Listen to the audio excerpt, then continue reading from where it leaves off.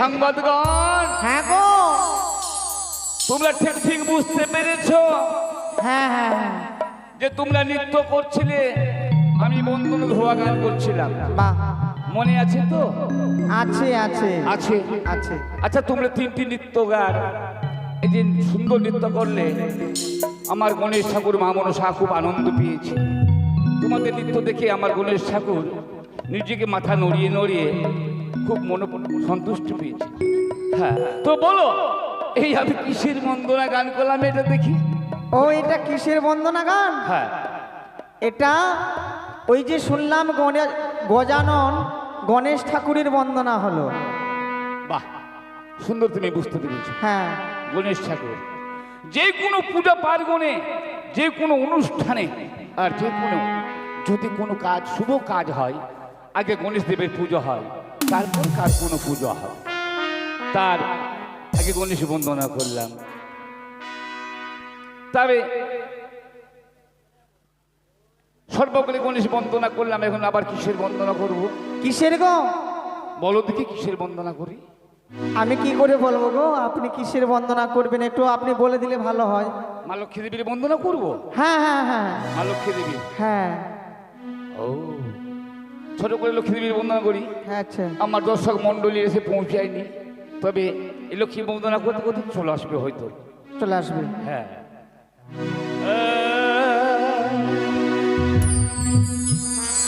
ও মা লক্ষ্মী, মাতা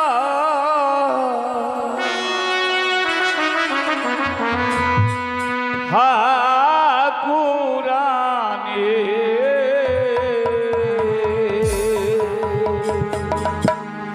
নমো নারায়ণ নারায়ণী গো।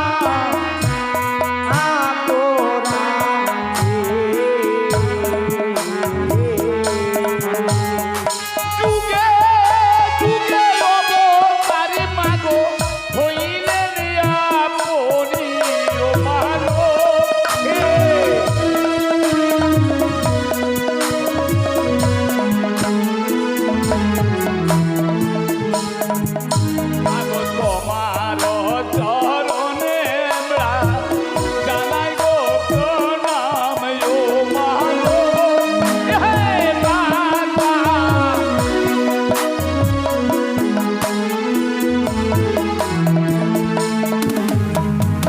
বলি মাগো লক্ষ্মী দেবী ছাড়া আমরা কোনো প্রাণী বাঁচতে পারবে না। লক্ষ্মী দেবীর চরিত্র কোন কোন যুগে অবতার হয়ে এসছে গো মা, কিছু কথা বলবো আমি। তবে লক্ষ্মী কয় প্রকার হয় চলে গেলে ও গো, লক্ষ্মী কয় প্রকার হয় এসো। তুমি 4 প্রকার দূরে বলে গেলাম, মায়েরা বাবারা বুঝতে পারলো না। আচ্ছা 4 প্রকার লক্ষ্মী দেবী হয়, বলো কি কি প্রকার লক্ষ্মী দেবী আছে? সেটা আপনি বলে দেবেন। আমি বলবো? হ্যাঁ 4 প্রকার লক্ষ্মী তুমি শুনেছো? যে আমি শুনেছি, গুরুজনের মুখে শুনেছো 4 প্রকার লক্ষ্মী হয়। হ্যাঁ গো মা 4 প্রকার লক্ষ্মী সত্যিকারে বলেছে, 4 প্রকার লক্ষ্মী হয়। একটা হস্তিনী, পদ্মিনী, চিন্তিনী আর শঙ্খিনী। তবে লক্ষ্মী দেবীর ভাগ আছে, যেটা হস্তিনী লক্ষ্মী, সকল নারীর প্রাণে লক্ষ্মী দেবী বসবাস করছে। যদি নারীর প্রাণে যদি বসবাস না করে তবে লক্ষ্মী পুজো করবেন না, সন্ধ্যা বাতি দিবেন না, সকাল সময় ঝাড় ঝাঁটা দেবেন না। লক্ষ্মী দেবী বসতি করছে বলেই আপনারা এই কাজ করছেন। যেটা হস্তিনী, কাউকে চিনলো না, কাউকে জানলো না, নিজে মেরে মুছড়ে নিয়ে খেয়ে নিল, ওটা হস্তিনী। ওটা হস্তিনী, হাতির মতো। আচ্ছা আচ্ছা আচ্ছা। তারপরে আর একটা চিন্তিনী, সর্বদা সবসময় চিন্তা থাকে সংসারের জন্য। আমার সন্তান কোথায়, আমার পুরুষ কি কাজ করছে, কেমন কি করবে না করবে, আমাদের সংসার কি করে চলবে, এটা চিন্তিনী, সবসময় চিন্তায় চিন্তিত থাকে। এটা এক প্রকার লক্ষ্মী হয়। আর যেটা পদ্মিনী, যে পদ্মিনী লক্ষ্মী সকল পাড়া প্রতিকে ভালোবাসছেন, রাস্তায় হাঁটলে একদম পদ্মিনীর মতন চলেছেন, তাকে বলা হয় পদ্মিনী। সকলে মন প্রাণ ভরে কথা বলে সকলকে ভালোবাসা দেয়, একে বলা হয় পদ্মিনী। আর কি বললাম এটা জানো? চিন্তিনী। চিন্তিনী বললাম, হস্তিনী বললাম, হ্যাঁ আর পদ্মিনী বললাম। পদ্মিনী বললাম, শঙ্খিনী। শঙ্খিনীটা, হ্যাঁ যেটা শঙ্খিনীটা, শঙ্খিনীটা কখন দরকার পড়ে গো মা? সন্ধ্যার সময়। শঙ্খ হাতে শাঁখা পরে আছেন, সকল লক্ষ্মী দেবী বসবাস করছেন। তো লক্ষ্মী দেবীর নাম নিতে সিঁদুর পড়ছেন। কয় জায়গায় সিঁদুর পড়েন আপনারা? কয় জায়গা পড়ে? 5 জায়গায়। 5 জায়গায়। হ্যাঁ। কোথায় কোথায়? রাধে রাধে। মাথায়, তারপরে এই যে পিছনে, উরুতে। উরুতে, হ্যাঁ। গলাতে, গলাতে, শাখা, 2টা শাখাতে। 2টো শাখাতে। বাহ, সুন্দর কথা। তবে যে যে লক্ষ্মী দেবী সকলের হাতে প্রবেশ করছেন, শাখা শঙ্খিনী ওটা। আর তবে যে 5 জায়গায় সিঁদুর পরে কার কার নাম নিয়ে জানা আছে? আমি শুনেছিলাম, বলো। ভালো করে জানা নেই, তাহলে বলো বলো বলো না। যদি ভুল হয় আপনি বলে দেবেন। ঠিক আছে, ভুল কেন হবে? ভুল হলে কোনো শিক্ষা হবে। আমি শুনেছিলাম 5 ভাই পাণ্ডব যে ছিল, ওই যে 5 জায়গায় সিঁদুর পরে, ওই 5 ভাই পাণ্ডবের নামে পড়ে মনে হয়। বাহ, সুন্দর মনে বলছে। 5 ভাইয়ের নামে সিঁদুর পরা হয়, ধর্মকে বোঝায় করেছেন সিঁদুর। আমাদের সনাতন ধর্মের সিঁদুর আর শাখাতে হচ্ছে ধর্ম। নারীদের কি ধর্ম? শাখা সিঁদুর। যদি শাখা সিঁদুর থাকে গো মা, কত সুন্দর মানায়। বেহুলা বালির শাখা সিঁদুর খুলিনি, আমরা তার ভিত্তি করে গান করছি। বেহুলা বালির শাখা সিঁদুর খুলিনি কেন? বেহুলা বালি জানে যে আমি স্বামীর প্রাণদান অবশ্যই পাবো, তবে আমরা তো সেই কর্ম করতে পারবো না। বেহুলা বালি লৌহ কলায় সিদ্ধ করেছিল, আমরা এই মোটর ডাল সিদ্ধ করতে পারি না, আমাদের ঘরে সিদ্ধ করতে পারে না। তাই আমি বউকে বলেছিলাম, হাগো বেহুলা বালি তো লোহর কলায় সিদ্ধ করেছিল, আর তুমি মোটর ডাল সিদ্ধ করতে পারছো না। ও হাসতে হাসতে পাগল হয়ে গেল। এই বলি লক্ষ্মী দেবী 4 প্রকার গো মা। আর কোন কোন লক্ষ্মী দেবীর কথা বলিয়া জানাই ও মা লক্ষ্মী মাতা আপুরাণে। মাগো যুগে যুগে লক্ষ্মী দেবী এলেন ধরা ধামে ও মা।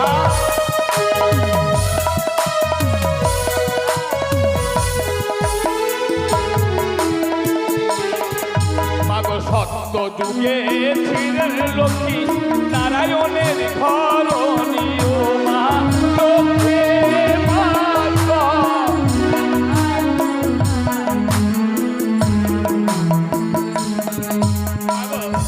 সত্য যুগে নারায়ণ লক্ষ্মী নারায়ণ ছিলেন, তাই না?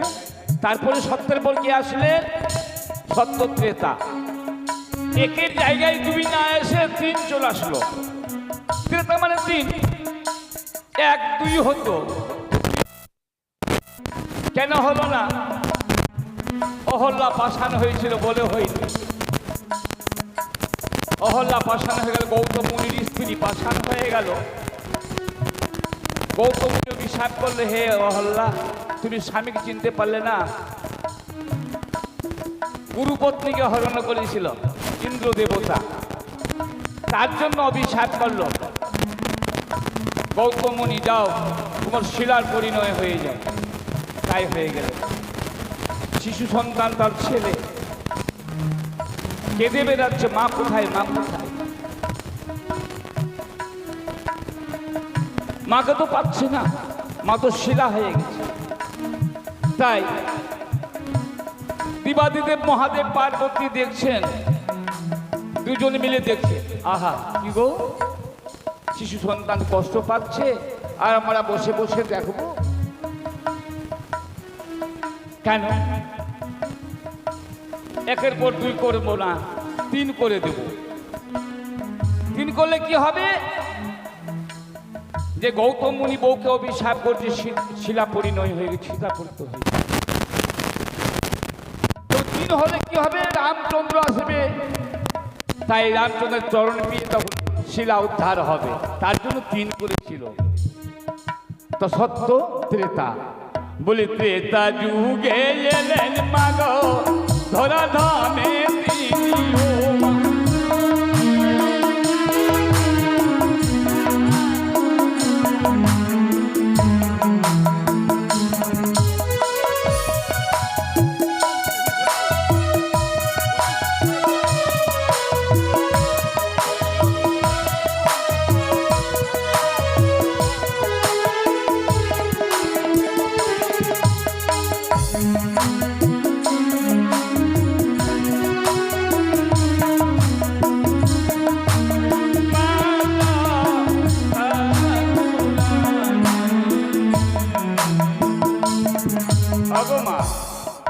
আজকের ব্যাপারে দুঃখের বিষয়, সামনে আমার বুড়ি মা এহ লোক ছেড়ে পরলোকে গমন করেছেন।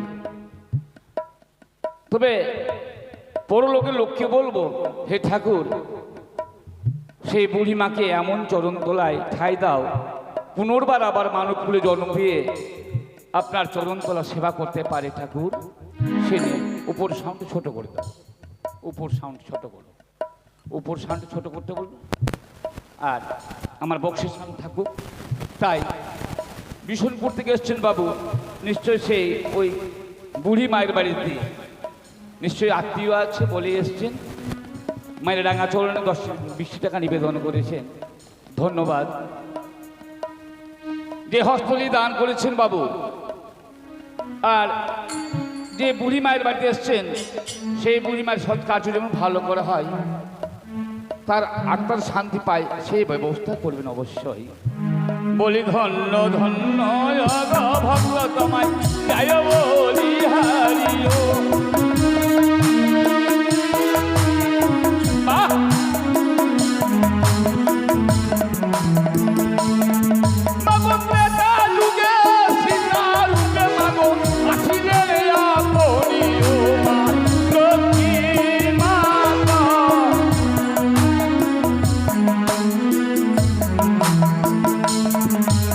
দাপর যুগে তুমি মাগো আসিলেন ধরাতে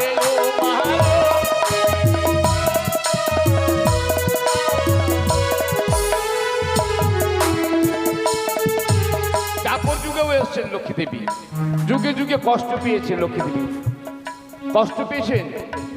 লক্ষ্মী আসলেন সীতারূপে, রাবণ চুরি করলেন। তারপর যুগে আবার শ্রীকৃষ্ণের সঙ্গে বৃন্দাবনে কত কষ্ট করলেন শ্রীকৃষ্ণকে পাওয়ার জন্য। মাগো বৃন্দাবনে লক্ষ্মী দেবী তুমি করিলে বিহারি ও মা।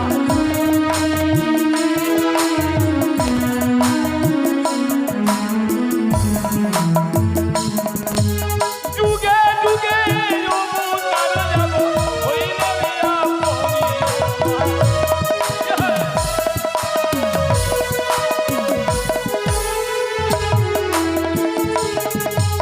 কলি যুগে তুমি মাগো এলেন ধরা ধামে ও মা।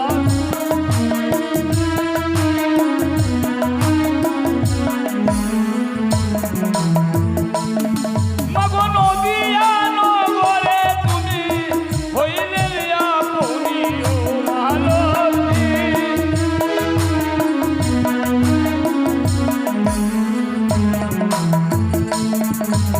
বিষ্ণু প্রিয়া রূপে মাগো নদিয়া নগরে এসছেন, কত কষ্ট করে। যে বিষ্ণু প্রিয়া তাকে ছেড়ে চলে গেলেন, সন্ন্যাস ধর্ম নিয়ে নিলেন, সন্ন্যাস ধর্মতে চলে গেলেন তাকে ছেড়ে। সেই যুবতী নারী কত কষ্ট পেল স্বামীর জন্য, তাই যুগে যুগে অবতার হয়ে এসছে। তবে আমি কিছু এই যে মাদের লক্ষ্মীর কথা বলি, মাগো শুনবেন। বলি সন্ধ্যাকালে যেই বা নারী কাটে কলার পাত ও মা।